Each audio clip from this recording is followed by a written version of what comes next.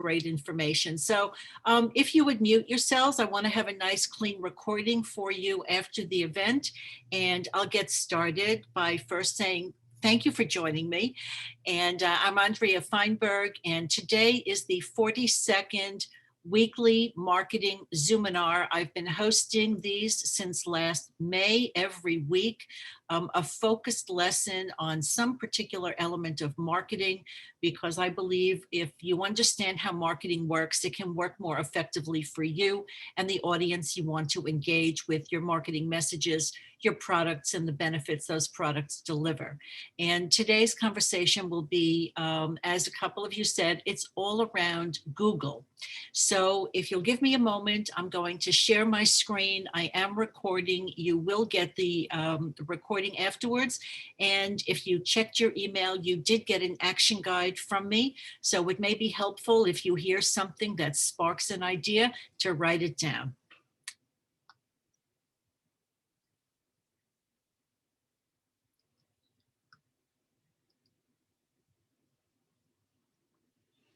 And I am going to, I'm taking myself off video simply because I think it's more effective for you to watch what's on the screen. So can you easily see the slides? Yes? Okay. So let's do a slideshow. Okay. So Google announced a year ago that they were planning to implement changes. Now, in itself, that's really nothing too unusual. Google frequently makes changes to its algorithms. And for those people who are website owners and have spent a lot of time with search engine optimization, trying to dance to Google's tune and keep up with the way it looks at a website and assesses, does this belong in somebody's search? And if so, where on the long list of results do we place this website? Well, this particular change that they're planning in May is significant because it represents a revised priority. What we have always believed, and which is still quite true, is that content is what Google really looks at. How relevant, how comprehensive, how authoritative is the content that you present, and how easily can Google understand what that content is so it can properly interpret what your business is all about and what you are offering to a viewer who wants to see your content. And, you know, it's funny, Google has taken on the role of, for those of you who remember the George Orwell book, Big Brother. You know, 20 years ago, we didn't know what a Google was. We still don't know where the word came from, but it has developed a remarkably powerful presence, providing us with documents, with calendars, with mail, with a tremendous array of resources. And let's see, did I just lose my slideshow? Yeah, there we go. And what it does is it kind of pits us against each other, especially those of us who are in similar arenas, because we all want to be on that golden first page of a search when someone is looking for our category of business, our products and services. But regardless of where you tend to show up on that search, regardless of how hard you or your team have perfected search engine optimization to always give you a strong position, things are about to change. Because as I said, Google has reflected on what its priorities have been, and it's making a shift. And that shift is user experience. So rather than focus on the comprehensive and accurate and authoritative nature of whatever content it can see on your site, now Google wants to ensure that users who it sends to your site are going to have a good experience. And what I'm going to share with you today are 7 different elements from among the several hundred elements that Google reviews to analyze whether you are worthy to show up in the results of someone's search, and if so, where in that list do you belong? So Google, let's see. No, we're not. Well, for some reason, why don't you want to shift? Oh, there you go. Okay, I'm going to shift down here. Bingo. Okay, so this is what I'm going to talk about with you today. The elements of search engine optimization that are still critical for your visibility. And don't kid yourself, despite the fact that I'm going to emphasize 7 elements that you really need to pay attention to, perhaps more than you have in the past, content is still critical. And while in the past it may have been king, I think now it's going to be Prince, like poor Charles, waiting forever to grow up into his throne. The second thing I'm going to share with you are those specific elements that you can make under the hood. So what I mean by that is, we do a lot to make our websites look pretty and present our businesses in a very accurate way. But there's a lot of behind the scenes element that go into making it work properly, to function properly. So beyond its presentation, there's what we sometimes call the back office elements. And this is really where we're going to focus our attention, the things that Google is looking for. I'll tell you specifically those 7 elements. I keep wanting to say the 7 deadly sins, but they're really not.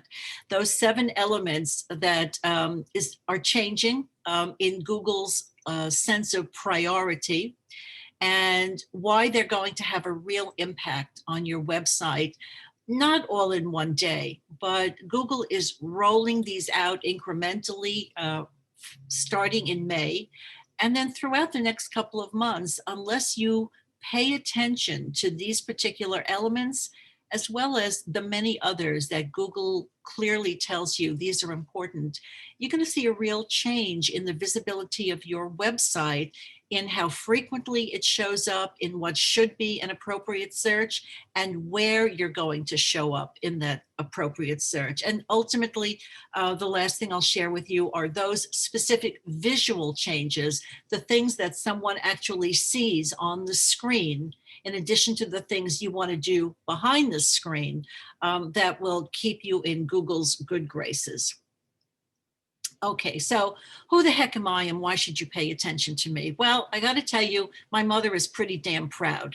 I've had a very good career on Long Island. I started on Wall Street a long time ago and had the best of all possible experiences. So good, in fact, that I never had a job again because I couldn't imagine working for any corporation other than Standard & Poor's, where I had a very good experience for 10 years and learned a tremendous amount about business. And I've been very fortunate to be acknowledged by my peers in a lot of very nice ways.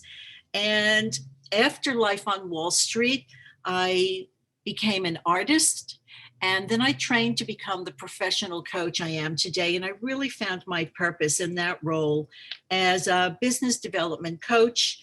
And I use marketing as the platform to help that business development happen, because from my point of view, there is nothing on the planet more important than marketing if you want to get your message across to somebody else. And marketing has changed tremendously, not in its strategies or the underwriting concepts that make it work, but in the enormous array of tools that we now have to select and approach our audience with really powerful tools that in some cases are not only downright cheap, they're completely free. And all marketing is, I want to emphasize, is communication. And every day another tool is developed online, whether it's about music or video or jokes or political commentary or educational commentary or images. Is to communicate with each other in some way. And that's marketing's job. So as a definition, and you may want to remember this, because the reason you have a website is to promote yourself in some way, in a visible means, to convey to your audience, yep, I'm the right one for you and for the problem you want to solve. I've got your solution. All marketing is a communication between a customer who says, I'm really looking for these benefits, and a provider who says, well, my product will supply those benefits for you. That's all marketing does. And with the worldwide changes that really have occurred, in some ways due to COVID, in some ways just due to familiarity with the online world, a lot of marketing activities shifted to online platforms in the last year and a half. And I don't think we'll ever go back to the degree that we once did face-to-face events. I think a lot of online marketing is here to stay for a lot of reasons, but that's a completely different conversation. And so I mentioned to you that a year ago, Google announced that it was making these changes. And the fact that they announced them a year in advance, it implies a shift in their commitment to what they want their users to experience. Think of Google as a librarian who, when a customer comes in and says, I want every book you can find on this topic, goes and does the research and comes back with the books. And if the books are not what the customer wanted, they're going to be cursing at the librarian. And so Google doesn't want to be cursed at. It wants to find the right books or websites or articles or blog posts.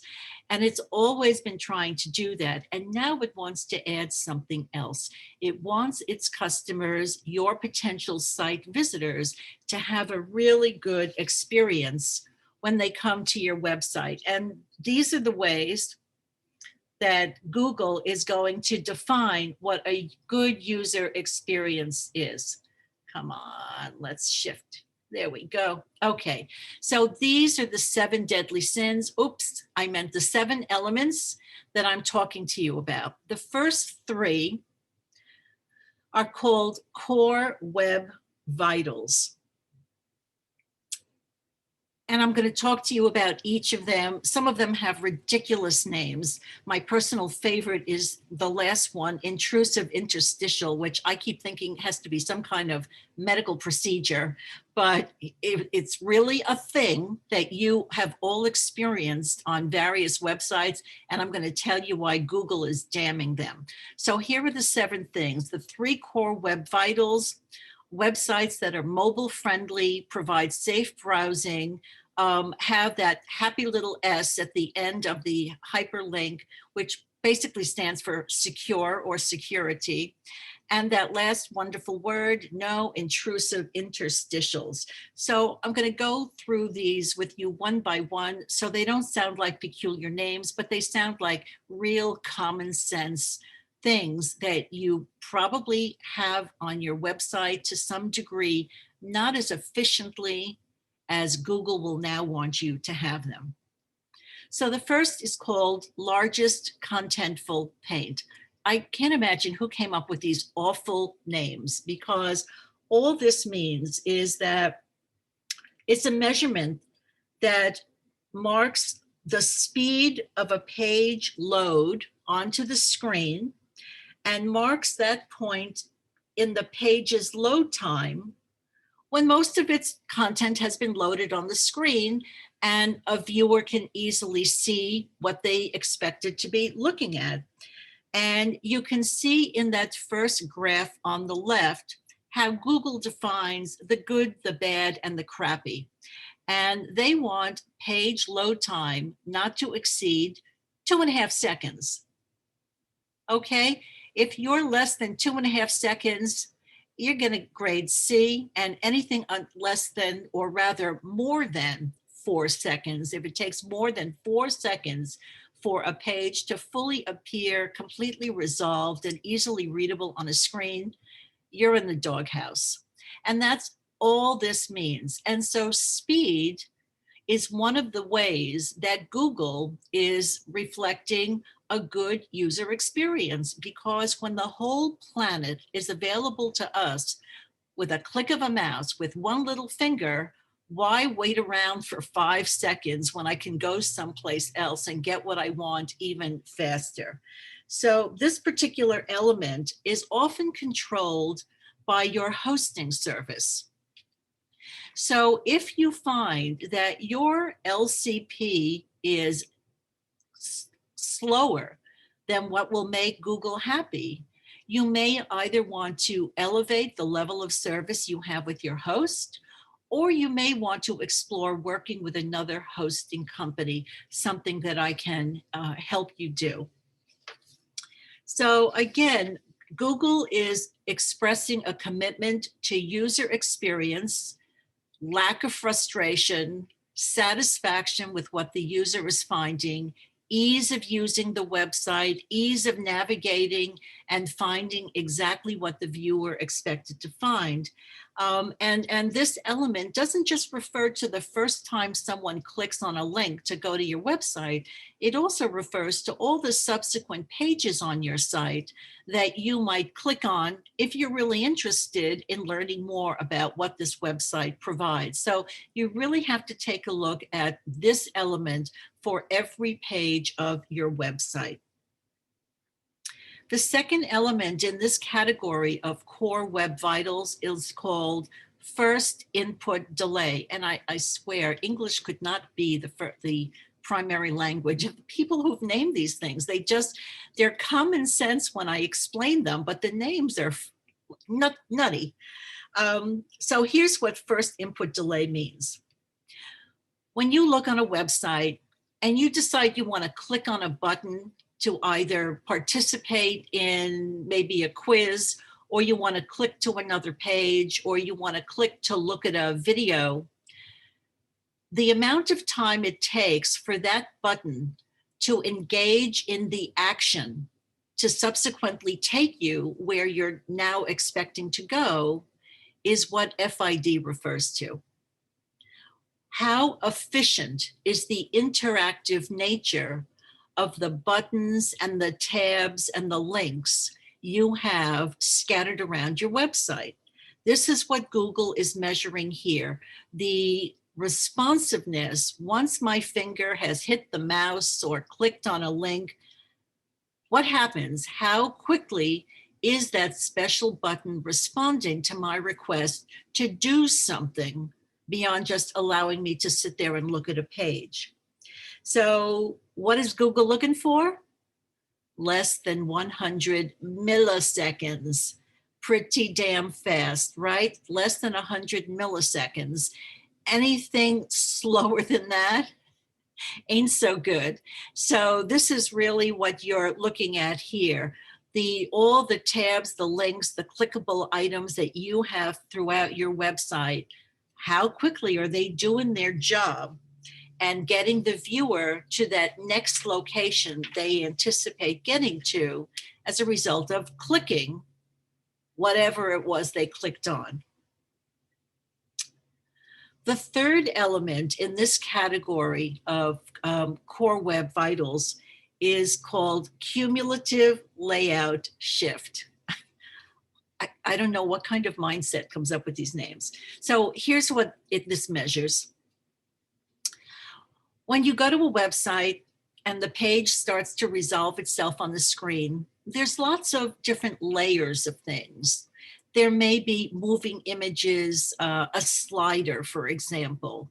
There may be a video. There may be buttons. There may be chat boxes that pop up. And if I'm in the process of reading something that has completely resolved itself on the screen, but then a pop-up text box appears, or I'm about to click on a button and the button moves and some other text appears, that's downright annoying. And that's what this is all about. Because if I clicked on a link to read something and suddenly that link decided to dance away, well, that's exactly what I'm going to do on this website. That's frustrating, it's annoying, and it's especially lousy if it happens when someone is about to click the button that says confirm your order here, And you click on that button, and instead a drop-down message appears that says, gee, if you're buying this, we think you'd love to buy that too. And there goes the whole order. So this is what Google is measuring here, the degree of to which things move around on the page and interfere with someone's ability to either read or take action that they intended to take and then were stymied simply because of lack of stability of the content with which they were interacting. Okay, do these things make more sense in my description than in their names? That's really good to know. Thank you. Okay, so these are the 3 core web vital elements that have to do with speed and interaction on varied pages. But now I'm going to move into the next 4 elements, some of which you probably are already very familiar with. And the next one is about being mobile friendly. Now, we're on our phones all day long, and it's not to make phone calls and listen to messages. We can run our businesses on these little phones. And so it stands to reason that we're looking at a lot of content, we're looking at a lot of websites on our mobile phones. And Google Google has now made a commitment that when it assesses a website in terms of, is this relevant for someone's search? And if so, where does it belong? They're not looking at the desktop version of your website. They are looking at your phone version, the mobile version first. That's how Google determines, as someone once said in Wayne's World, am I worthy? So it's mobile friendliness has now taken on a really serious priority for you, and how Google assesses what the content is, what is the nature of this website, should it be part of someone's search results, and if so, where? And so mobile friendliness has just taken on a tremendous level of importance. So I'm going to show you an example of how it works. You've all, maybe up until a few years ago, when you would look for websites on your phone versus on your desktop, you'd essentially see miniature versions of the same website.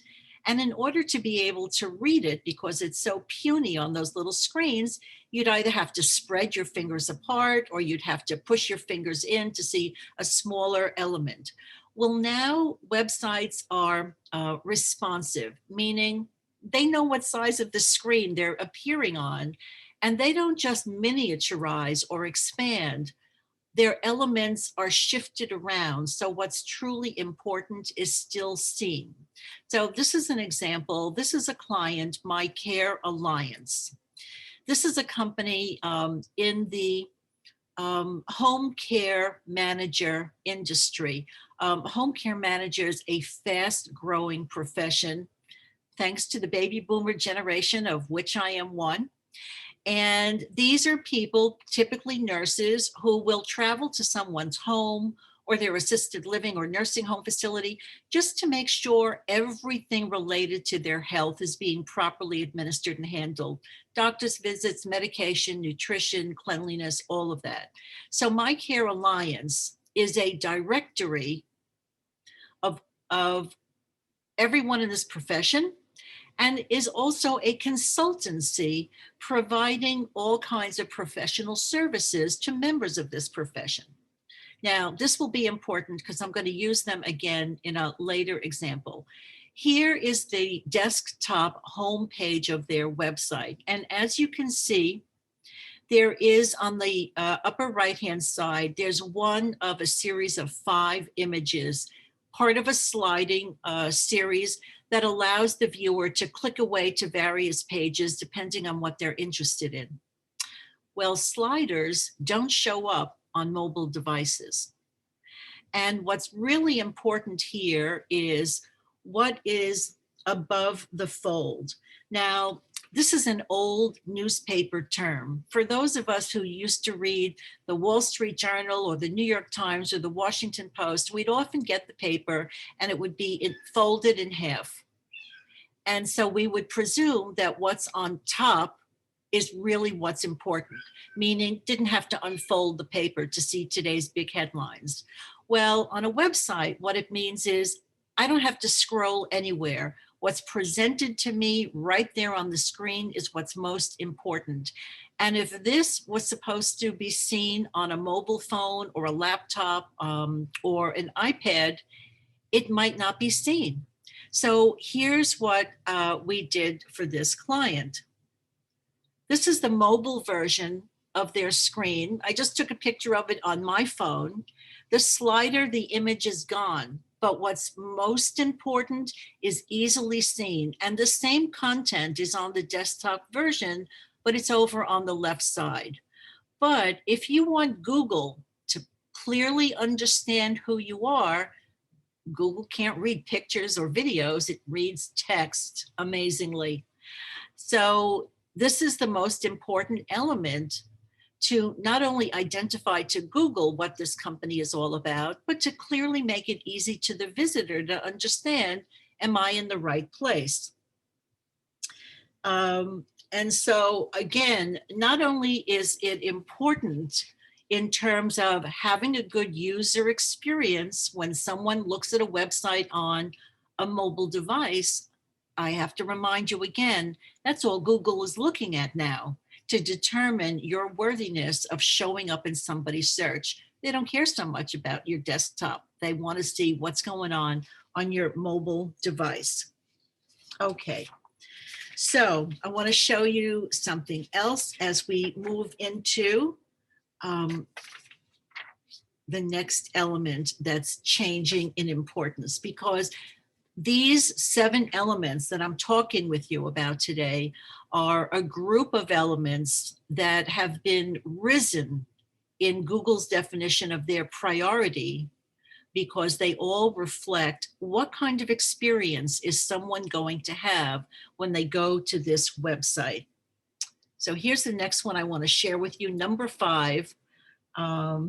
Hypertext transfer protocol. And that one little letter at the end, S, makes all the difference. In fact, a few years ago, when Google started to make a very big deal about that S, which you can say is secure or security, Google was kind of nasty about telling the world how important they felt this was. Because it used to be that if a website would pop up as a result of someone's search and all it said was HTTP and there was no S, Google literally had a message show up by the browser that says, this ain't safe. This website is not secure. I mean, that's pretty nasty. Now, they don't do that so much anymore, but once again, this has increased in its significance as something Google is looking for. If it's going to send one of its users to a website, it wants to make sure the user is having a good experience. And I got this graph from tutorialsteacher.com, so I have to acknowledge and thank them for that. But this graph makes it really easy to understand the distinction between having the S and not having the S, because if you're giving up some content, your bank account, you're making a purchase, you're reserving tickets at a show, God willing, someday soon. You see in the top example, everything shows up and goes into the registration in plain language. But on the bottom example, everything is so damned encrypted, you wouldn't even recognize your own birthday if it was there. So that's the distinction. It's a level of safety that Google is insisting you provide its users, your potential customers. Now, here's the next item, number 6, safe browsing. This is something a little bit different than having the S at the end of HTTP. For all you know, while we're sitting here having this nice educational chat, someone's trying to hack into your website right now. And whether it's with malware or unwanted software or they're engineering content, this happens a lot. You know, just like you get fraudulent phone calls or you get the emails from Nigeria asking for your bank account because their uncle needs to deposit $60 million in your account in New York. Well, this is the same kind of fraudulent behavior. This is a false ad telling the viewer that they are trying to go to a website using an outdated version of Google's Chrome, and they need to update and install. It's not real. This is a fake. Here's another one. This is telling the viewer that if they want to listen to audio or look at the video that they expected to find, that they're going to have to update to a different kind of software to do it. This is also a fraud. And it's hard to tell the difference between what's real and what isn't sometimes, because it happens easily and many times a day to many people who think that they are safely updating so they have contemporary software and capability on their devices, when in fact all someone is trying to do is create a negative experience or steal content or steal sensitive information. And so this is an area that requires your constant attention to ensure that it's not something that's happening on your website, while of course you want to be diligent while you're visiting other websites. Okay, here's my personal favorite because of this unbelievable name, the intrusive interstitial. I keep thinking it's like an appendectomy, but it's not. And you've probably all experienced the intrusive interstitial, but you probably called it something else like that damned pop-up. So that's what it is. When something appears on a screen that overlays the content that someone expected to see or read or view or listen to, it's annoying. And Google doesn't want annoying experiences for its users. And frankly, you probably don't want your visitors to be annoyed either. So to avoid a penalty, because Google will penalize you, Google recommends using pop-ups that don't make your website's content less accessible, and you want to make them easy to close. As an example, I play solitaire a lot on my phone. And every time I go to a new game, I get shifted around to some ridiculous advertisement, to some kind of product about which I have zero interest. And the little X that arrives that allows me to click it away and get rid of it sometimes doesn't show up for maybe 10 seconds. I don't have 10 seconds worth of patience. I want to play my next game of solitaire. And this is the kind of thing that Google is going to penalize because it's disrupting a good user experience. So there are pop-ups that completely cover the main content after someone has navigated to a web page. There are the standalone interstitials that a person has to dismiss before they can get to the main content. These are annoying things, and Google is now on the side of the annoyed consumer and doesn't want you to use these unless they cover less of the page, they can be gotten rid of more quickly, or they show up several seconds after someone has arrived, so someone can at least get their bearings, and that little X to get rid of them is clearly marked. So despite the fact that these 7 elements have all been elevated in Google's priority in how they look at your website, understand what your site is all about, and decide when you belong in a search or not, there are still plenty of other, what you might consider more traditional ranking factors that can sometimes outweigh any of these 7 deadly sins if some of these other factors are really beautifully executed in your website. So as an example, you may have heard of the EAT test. Now, that's not taking a bite out of your laptop. What EAT stands for is expertise, authoritativeness, and trustworthiness.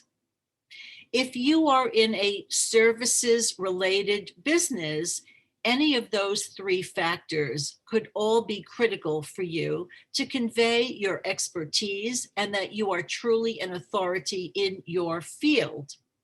And if you do a beautiful job of that, for example, I showed you on my slide when I showed you everything that makes my mother so proud, I put a number of icons reflecting awards that I have won. And when I go back to showing you my face again, you'll see I'm sitting in front of a lot of awards. I keep those things front and center to convey I've been around and I've used my time well. And your website can do the same thing to sometimes overcome shortcomings in some of these other areas. As another example, I talked about these intrusive interstitials. Well, one of them is a chat box. You know, you go to a website, you're trying to read, and this friendly little goofy chat box pops up that says, we'd love to talk with you. Well, maybe I don't want to talk with you. Now, you may want to get rid of it and improve your ranking. But if you're someone who has had that chat box on your website for some time, and it's already shown you that it creates really good customer engagement and provides a really nice opportunity to advance the selling process, that may override your desire to keep Google happy in this particular arena, because that chat box is really doing you a good service. So you really have to weigh the relative merits of some of these 7 deadly sins with the experience you've already had that tells you some of these are actually helping your marketing and selling process, despite the fact that Google may penalize you by dropping you down a page or 2. Now, the bottom line is that while these 7 factors I've reviewed with you are about to become paramount, there are other factors that will continue to enter into Google's really fast assessment. And only you know, if you've been using your website for some time, you will know which of those elements are serving your purposes more than the possibility of being dropped down some positions or even a couple of pages in Google's assessment. So I want to talk to you about this because one of the other ways that we've always incorporated into our websites to make Google really clear about who we are and what our businesses are and give us a higher ranking are keywords. Keywords and keyword phrases are those elements that people use and put in the search bar when they're looking for someone like you.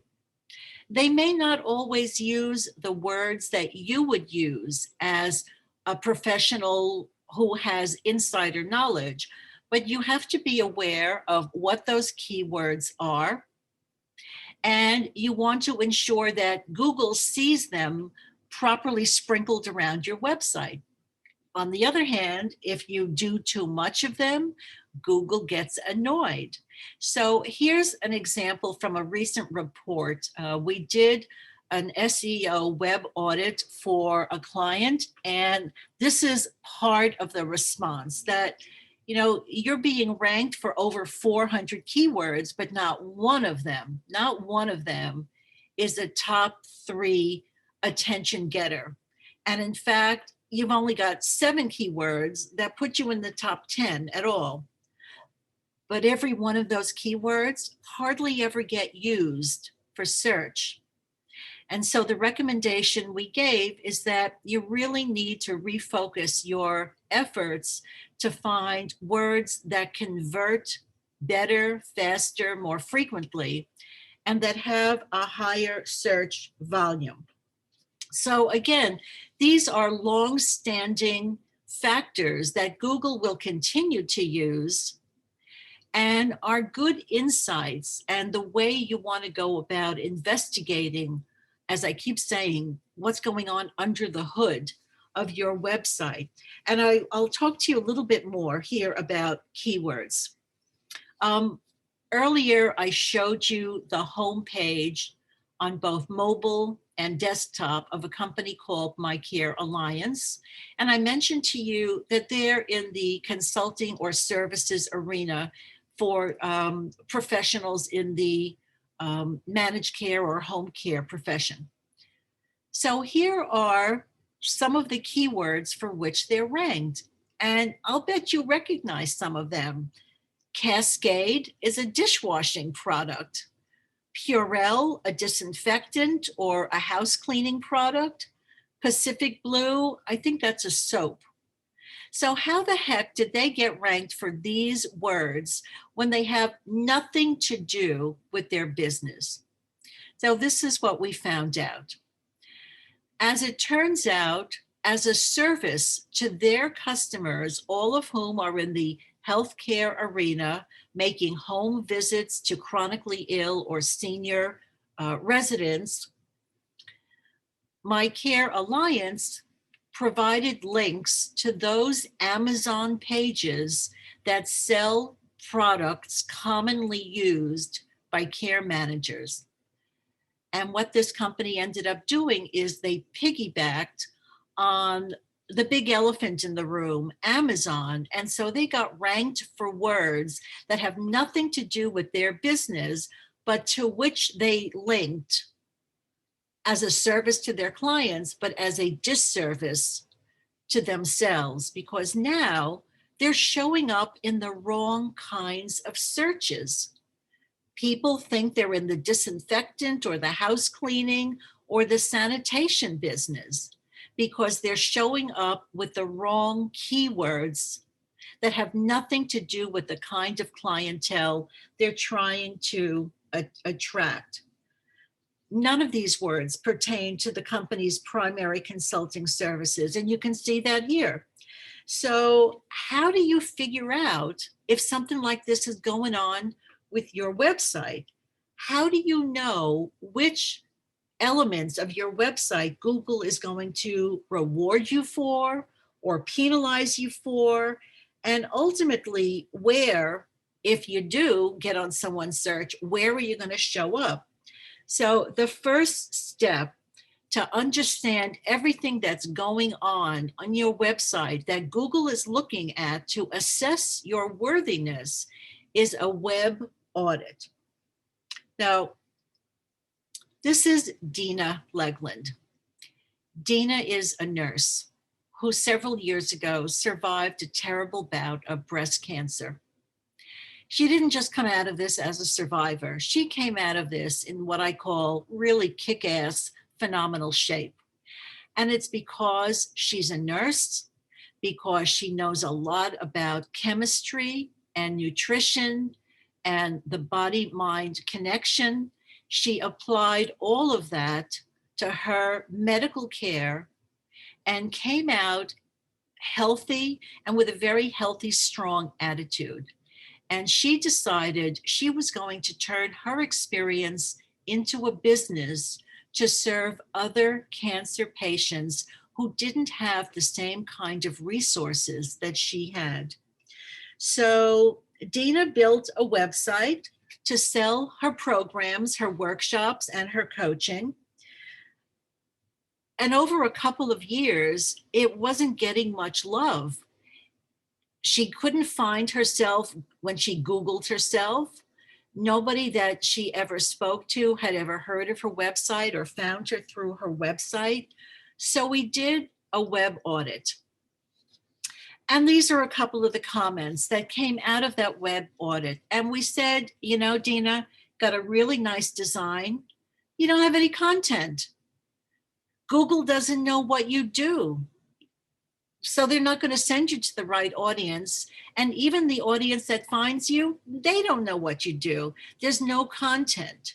You're ranked very low. There are no keywords that Google can figure out apply to you that would put you in the kind of search you want to be found in. So Dina did something a little radical that not every client ends up doing, but she chose to do. She decided to completely scrap her website and start from scratch. Now, that's a radical choice, but she was really into it. And especially since we told her and she could see her website had such little content, it wasn't much of a sacrifice to realize it was time to make a change. So this was her decision after we had a conversation about the results of the web audit we had done for her. So what is it? What is a web audit? Why should you bother? Well, as my partner likes to tell me, it's like having a car. That is a 1962 Buick. Is that not gorgeous? Okay, so let's say you've got this gorgeous vintage car and you lovingly polish the chrome, you touch up the paint, you wax the surface, you keep the wheels gleaming, the interior is plush, it smells great, and it sits in your driveway. It's a point of pride. And one day you decide, well, I'm going to take this out for a drive into the country. Well, it's not going to happen, you see, because as much as you spend time looking at the surface, you never pop the hood. And this is what we have under the hood. We got rust, we have crimped tubes, we have splattered oil, broken clips, corroded connections, and a bad battery. You're not driving anywhere in this sucker.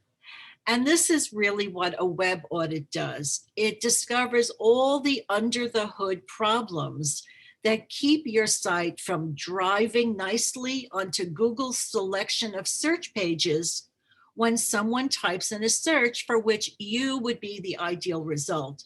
But Google doesn't know that because you've poorly implemented the ranking factors, the top 7 that I mentioned to you, as well as many others that could be included in what's gone wrong here. So again, those top 7 factors that we talked about, the core web vitals relating to speed and the online changes that happen to your pages, and then mobile friendliness, safe browsing, a sense of security, and once again, my favorite, no intrusive interstitials. So if what's going on in your website looks like this, and it doesn't look like this is exactly what a web audit can help you achieve. It's a really comprehensive review of every element of your site that's going to have an impact on your visibility, whether to Google and then through Google to your desired audience. It's how it looks, how it performs, and how Google reads your website to understand what is this website representing? What's it about? What does this company do? What are they offering? A web audit will measure every impediment to a user having a pristine experience, which, as I said, in May will be Google's prime directive. Those of you who are Trekkies know what I'm talking about, the most important element. This is the table of contents for a recent web audit we did. And if you take a look at the nearly bottom piece, that's what is the most important element to make beautiful improvements, because those are our suggested changes for better visibility. This is what puts you, the business owner, in complete control of how Google or your browsers can properly interpret, assess, and place your site when a search for which you would be the ideal option is requested. A comprehensive search engine optimization focused audit will deliver every bit of information you need. So over time, as you implement these recommended changes, you will improve your site's position in a search, and you will show up in the right search to the right audience. Now, I want to tell you, you could bypass all of this. You could not bother with any of it and instead decide, well, all I have to do is engage in advertising on Google. I'll put some money into pay-per-click advertising, and I don't care about all these other elements because I'll always show up when the right search shows up. But what's going to happen is every time someone clicks on your ad and decides that you're not a good experience, you don't have the content you promoted, you've got those terrible interstitials, your mobile version is not friendly, you didn't promote the right keywords, you will have spent money for no result at all. So you can hope that the strength of your paid ad will overcome the problems your visitor encounters when they visit your site.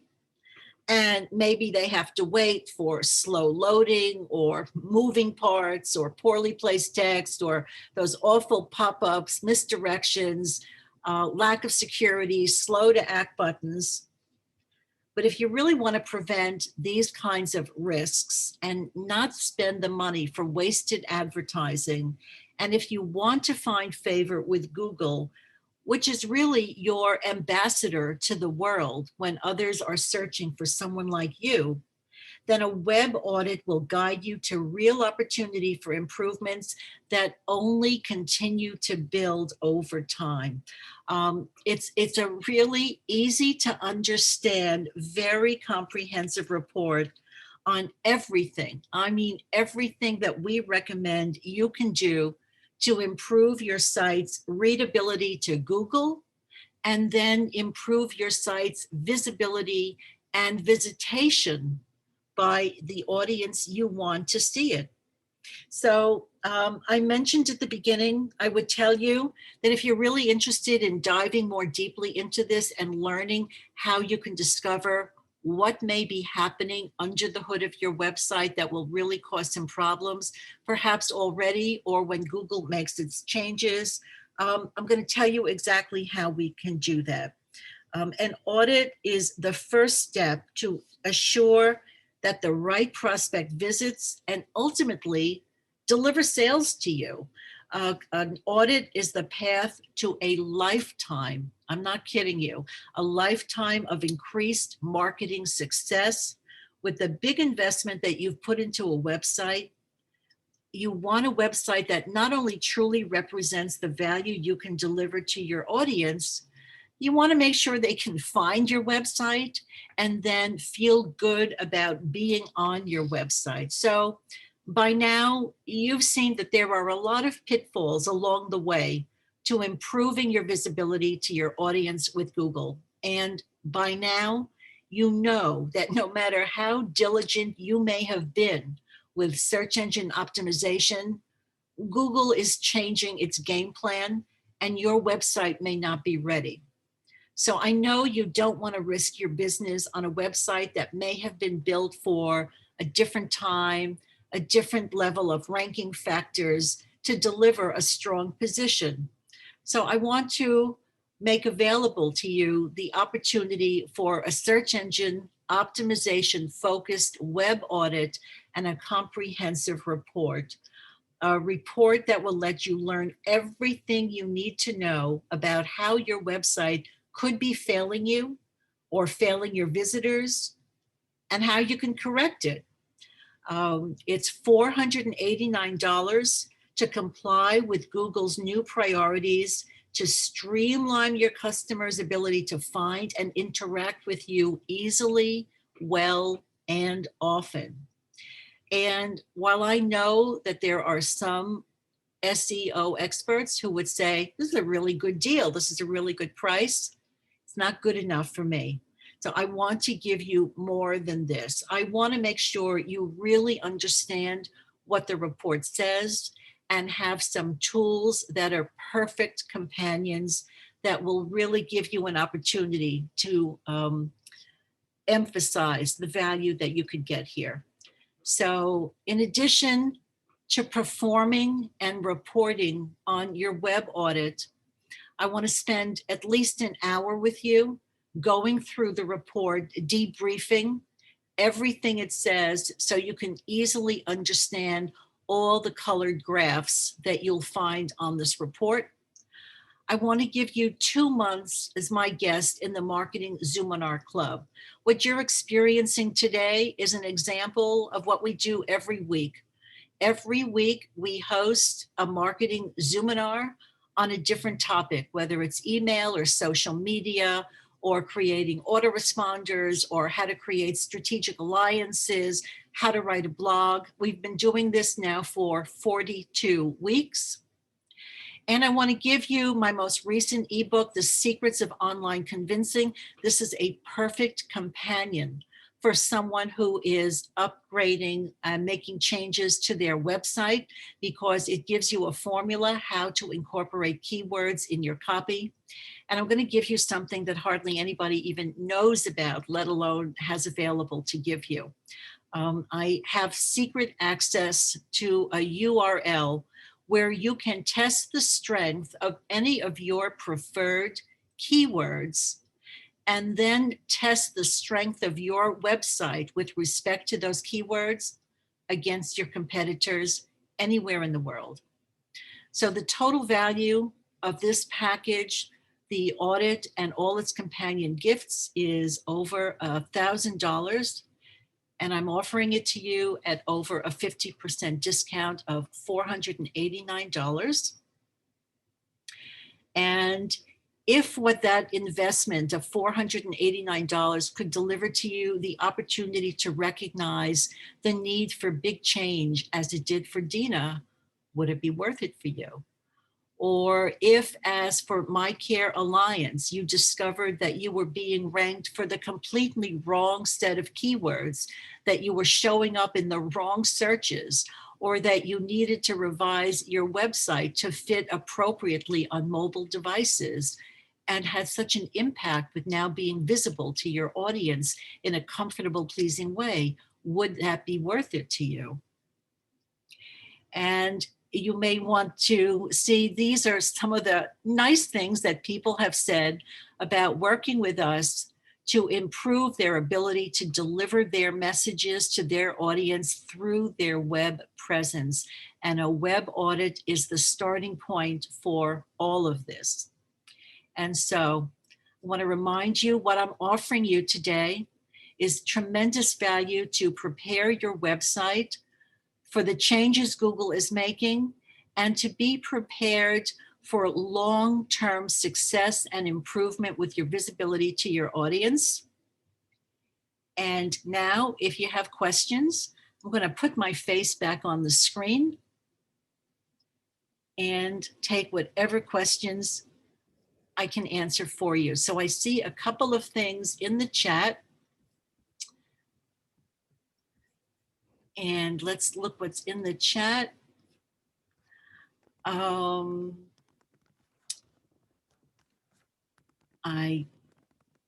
Okay. So I had a question from one of my guests. What happens after the May update? So what will happen after the May update, and we're talking about Google, is that there's going to be big changes in the number of visits that your website currently attracts if you're not in the position to make those, to address those 7 deadly sins, those 7 different elements that relate to Google's commitment to user experience being its priority right now. I know that a couple of people have told us that there was an update in December with respect to Google's algorithm, and they were shocked at what happened to their visibility, to the average number of visits that they were getting. And for many people, the number of visits that come to a website is a strong predictor of what ultimately becomes a sale. And so if that gets reduced, the sales get reduced. Louise, I see you have a question. Yes, thank you very much, Andrea. This is a very, very informative session. Thank I you. have two questions. I have, I just want to get clarity on this. FID, the second one that you were talking about. Okay. So that's, are you talking about when I get to a website, uh, within that 100 milliseconds, does that website attract me to click on something? Or when you are talking about if I click on something on that website, it should take less than 100 milliseconds to get to that next destination. Which Yes, one are you? it's the latter. Yes. Okay, it's the So, latter. yeah, Okay. if you're on a website and there's a button with Yeah, some content that appeals to you and you click on the button, yeah. it has to be under 100 100. milliseconds Right. that the button engages the action and does its job and get you to what your next desired destination is. Yes. Right. Okay. So And you had another that's question? clear. Another one is about the CLS. So you have a number there that's 0.1 to 0.25. What does that mean? Because I It's understand what really you're explaining about CLS. Yeah. okay. So that's really hard to explain. It's not a measurement of time. It's Okay. the way Google is measuring literally frustration. Okay. How that number was derived and what process they engaged in, I have no idea. But it's a measure of someone's frustration that if you're on a page Mhm. and you're trying to read something and then some intrusive item appears, Right. or not, no, that I'm mistaken. If the text or the images shift, Yeah. so you were reading something and now a button shows up over it Mhm. and the text disappears and you don't know how to remove the button. Mhm. It's the level of frustration that the viewer has as a result of that kind of inappropriate page resolution with all its different elements Mhm. resolving at different rates of time. So the 0.1 and the 0.25 is not seconds or anything. It's the level of frustration. It, I it, it has something to do with the viewer's response. I see. It's Can I not jump in here, time. Andrea? Yeah, Dottie, I'd love your input. What? So what that measures is Mhm. how many different things on your website, specifically above the fold, that will shift. So it's taking a percentage of everything on your site versus what's going to move. If that makes it any easier to understand. So it's So the percentage of if it's like 0.1 to 0.25, and that's a percentage of like what has been moved when that behavior yes, happened. yes. So it has to fall under the 0.1 or the 0.25. That means Your your best goal is a Mhm. 0. I see. I see. So for my site to get to a 0, Yeah. I went in, I removed my slider, Uh-huh. I took the testimonials that I had that was in one of those rotators, Yeah. and I took that off and I put static testimonials that don't move at Uh-huh. all. Uh-huh. I the other big um, thing that will affect this is if you have an image load and you didn't tell the browser the size of the image. Mhm. So in your code, it'll say like 350 pixels wide by 200 pixels tall, as an Mhm. example. Mhm. If you leave that off, then the browser doesn't know how big the image is. It just knows that it's coming. Mhm. So it will reserve a big space. And then when it comes, it takes a little space and then everything moves. I see. So going through and making sure all of your images have a specified size Mhm. is the biggest thing you can do to get your shift number down to 0. Thanks. And how do you measure the shift number? Is that has to be, is there any You tools? just go to one of the tools like see. GT metrics or page speed insights or one of those tools. Mhm. Put your URL in there and it'll tell you what your number is. Got it, got it. And Thank that's you. part of the audit process. I figure, you- yeah. Can you see the image I'm showing on the screen now? Yeah. A graph? Okay. So here is a graph that's showing the change in impressions Mhm. for a particular site at 2 different times when Google undertook core updates. Once in May of last year, and you see this enormous drop in visits, in visibility. And here last December, there was well, this looks like an uptick. It is an uptick. So I'm confused about that. It just means that whatever the update they did in December, this particular website is now Was performing prepared. better. Yeah, that. they were prepared. But you can see there's an enormous impact when Google goes through this. And if you don't know in advance and don't prepare in advance, then someone's going to lose a lot of hair and sleep and fingernails to correct it for you. All right. So Thank you. stop that. So again, I have come back here on the screen. This to show you. So you'll see the link for the page. There's a lot here, and it's an opportunity at a relatively low price to protect an investment that now may represent the primary way that you're generating business, and to protect the investment in the marketing messaging that you produce and want to distribute through your website, to make sure that it's properly seen by the audience you want to see you. And I see we got another chat. Well, just thank you. Okay. Thank you, Louise. Always sweet of you. Okay. So I hope you'll take some serious time to consider what I'm offering you here. Look at the website, marketingmagictips.com/services/SEO-audit. You'll see more detail, but very much about what we discussed today. You'll see even more about why it's imperative that you have to pay attention. When Google jumps, you've got to jump higher. It is an enormous impact on your business and your web presence. And not only can it control how easily and how frequently you're seen, but also whether or not you're being seen by the people you think your website was designed to find.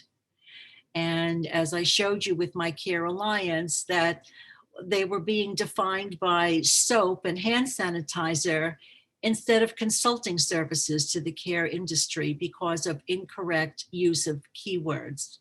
So if you have other questions, I'm happy to entertain them.